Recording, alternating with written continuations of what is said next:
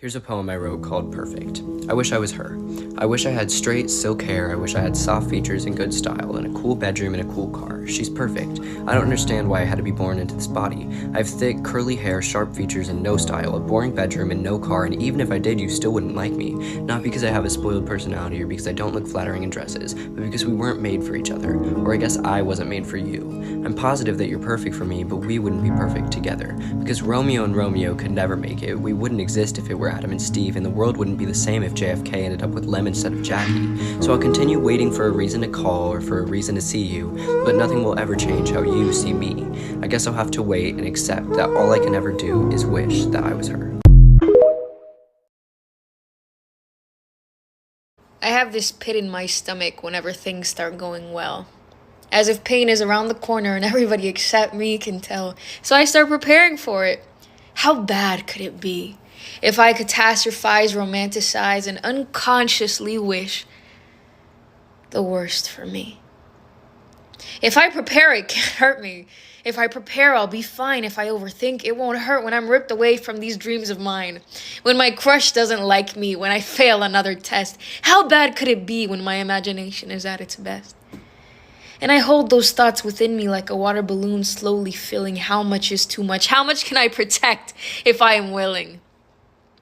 And in this messed up way, it makes me feel better when the truth comes to light and the worst suddenly happens, because pain felt for the second time doesn't have quite the same bite. So it's not healing, really. It's just less painful overall. I have this pit in my stomach, but hey, I put it there after all. When things are going well, I feel like something is about to change, and if it doesn't, I will change it, because peace to me feels strange. And I don't want it to, I promise that I do. I just want the butterflies in my stomach, not the pit when I look at you. So I push myself further and further away, because there's no pit in my stomach if the butterflies don't stay. And you don't shout, you don't argue, you just sit there and wait. If your younger self was in the room, I would apologize for being late. For digging this hole inside of me to hold space for vicious thoughts. If you constantly eat the poison people give you, eventually your body rots. And I try to protect you. How bad could it get? But these are just the trauma responses that a younger version of me had set. But it's okay now. You're older. You're not 10 or 15. And I didn't say it then, but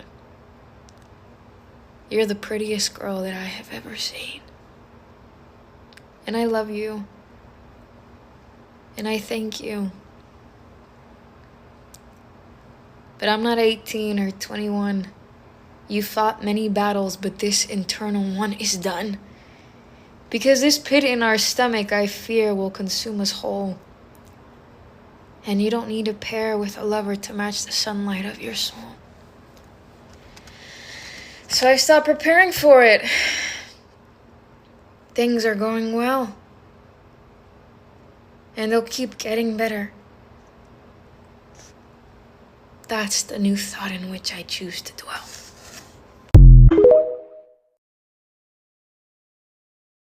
Someone told me I had the perfect body.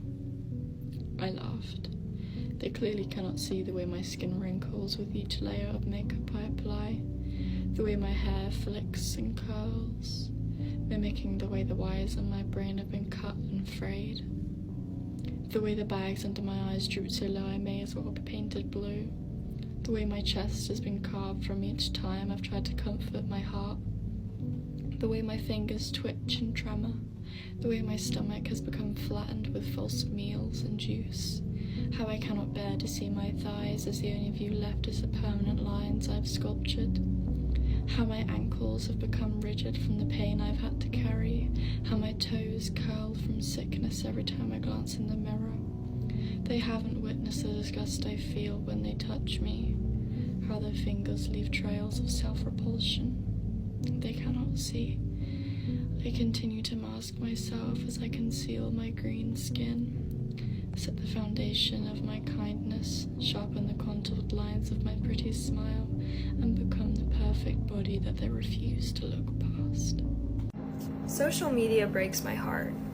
Watching 12-year-olds aim for perfection, hopping onto every trend, letting their individuality disembark. Social media keeps an inventory of all of our flaws being picked apart. We're all paying the price of a seemingly harmless invention. I sense a dream of throwing our phones away, starting a rebellion, but I fear too little are paying attention. I wonder if you took a stethoscope to all our hearts, would you see the stitching of beauty standards? Would you see all of the scars? Bargaining our joy for endless scrolling is an addicting monster of a decoy. Love is becoming one of those ancient things as disconnection becomes the new in. I think deep down we all wish for more, but our minds have been too filled with electronic pollution. We're all on one rowboat, looking down at screens as we approach a waterfall. Maybe some will even make content out of the screens. Our phones have become our armor, protecting and hiding who we are. I hope all of this changes, but where do we even start? When I look at her, I see perfection, the perfect body, the perfect smile, the face that carried so much innocence and hope, but she never saw it. She tore herself apart piece by piece the way someone picks apart old scars, reopening wounds that didn't even exist. She stood in front of mirrors whispering about her stomach, about the faint double chin only she could see, about her nose having a slight little bump as if those tiny, invisible details somehow erased all the beauty shining from within her. And it breaks me because I wish I could go back and tell my younger self that she deserved to love herself. She deserved to laugh without counting calories, to eat without guilt, to live without the weight of impossible standards crushing her. Instead, she learned to magnify the flaws until that's all she saw, forgetting the kindness in her heart, the light in her eyes, the way her presence alone could make someone feel safe and smile.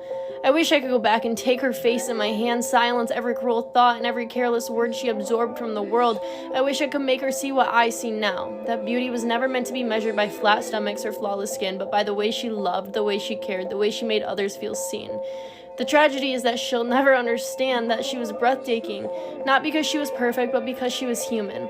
And maybe that's the saddest part, is that everybody, even the most beautiful souls, will never fully see their own worth, while the older me is left wishing she had loved herself while she still had the chance to be free. Why do I have to be perfect and digestible and great and not too annoying while you still get to be late?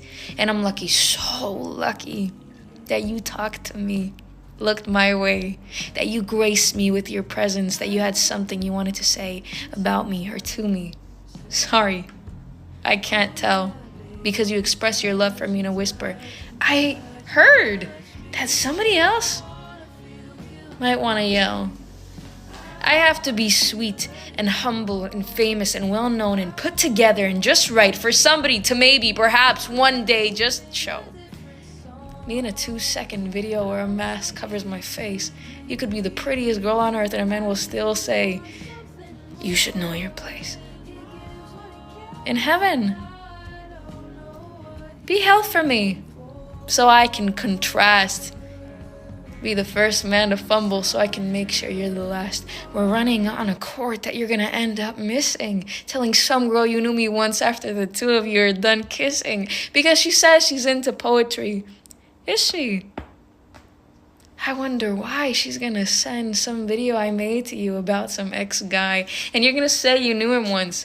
Did you? I can't recall. Because I made you into poetry you didn't appreciate at the time at all. But I have to be nice and calm and collected. Because if I am not, I won't ever be protected from you, by you. Somewhere among the rest, I'm screaming for you to look at me while you tell me, surely that can't be my best. Why do I have to lose my voice just for a chance to be heard? Doesn't that sound kind of stupid? Absolutely, completely absurd. I'm always ready. I'm always ready to brace for impact. I'm always ready for turbulence, ready to fall, ready to crash, ready for the end. I'm always ready. I can't ever enjoy anything to the fullest because I already know it'll go wrong. I know it'll catch on fire and I don't want to burn. I'm always ready. I've crashed so many times before now. It feels like muscle memory, the bruising, the swelling, the bleeding, the cuts. I'm always ready, having to wrap bandages over my own wounds because there was no one there for me when I needed them the most. I'm always ready. I always expect the worst, so when it comes, I'm not surprised. I'm always ready. They say if you're always ready, you don't have to get ready. So I always have my helmet buckled and my hands gripped onto the seat handles, and I patiently wait for the end. I'm always ready. But what if I don't want to be? What if I just want to relax? What if I just want to enjoy it? No, I can't. It's too dangerous. I'm always ready. It never got easier or hurt less. It just became normal, a routine. That is why I am always ready. Ready to tremble, to shake, to cry, to hurt, to survive, to die. I'm always ready.